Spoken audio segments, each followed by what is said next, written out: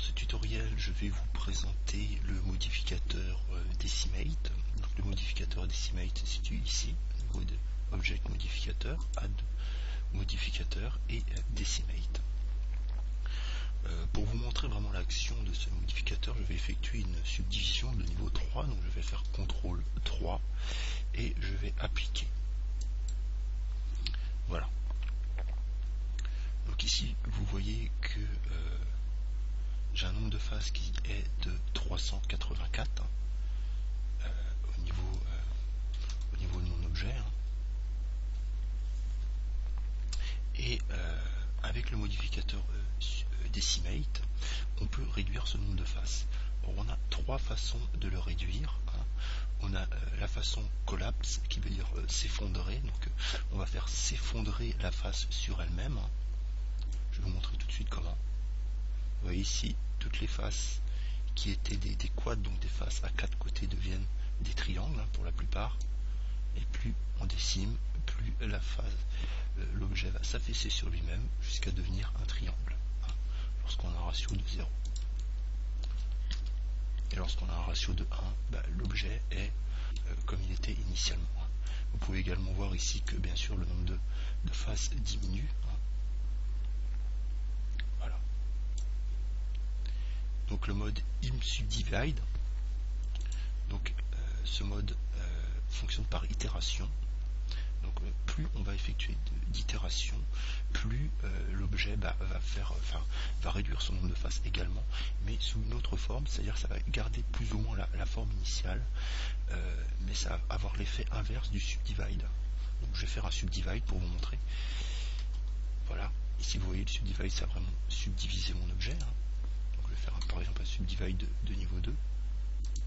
Je vais faire un CTRL 2. Vous voyez, donc ça crée des faces plus petites en apparence, bien sûr en apparence, puisque si on enlève, en fait on décoche l'œil pour plus que le modificateur soit visible, et voilà.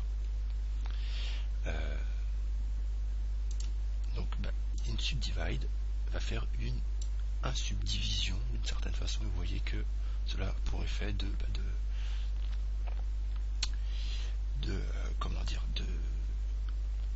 faire un objet avec beaucoup moins de faces. Et puis on arrive au même résultat, on arrive à un triangle à la fin lorsqu'on a un nombre d'itérations important. Donc là, je vais vous montrer avec un objet encore plus subdivisé.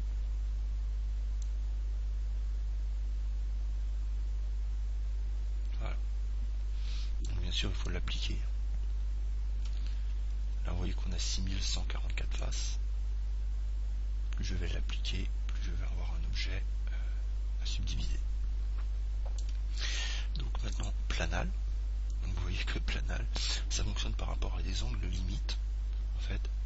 Et plus forcément ces angles sont importants, plus on aura de surface plane, jusqu'à avoir une surface vraiment totalement plane, comme on peut l'avoir ici. Donc ici, vous voyez qu'avec un angle qui est de 10 degrés, on obtient encore plus ou moins la forme initiale, mais sous forme de plat.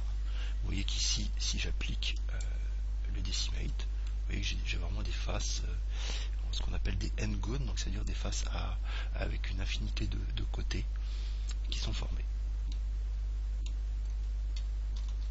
Donc voilà, c'est tout pour ce tutoriel. Vous pouvez télécharger, si vous êtes sur mon blog, la fiche PDF qui va récapituler en fait tout ce que j'ai dit durant ce tutoriel, et qui va vous permettre de suivre étape par étape et de pouvoir réaliser beaucoup plus facilement justement l'effet.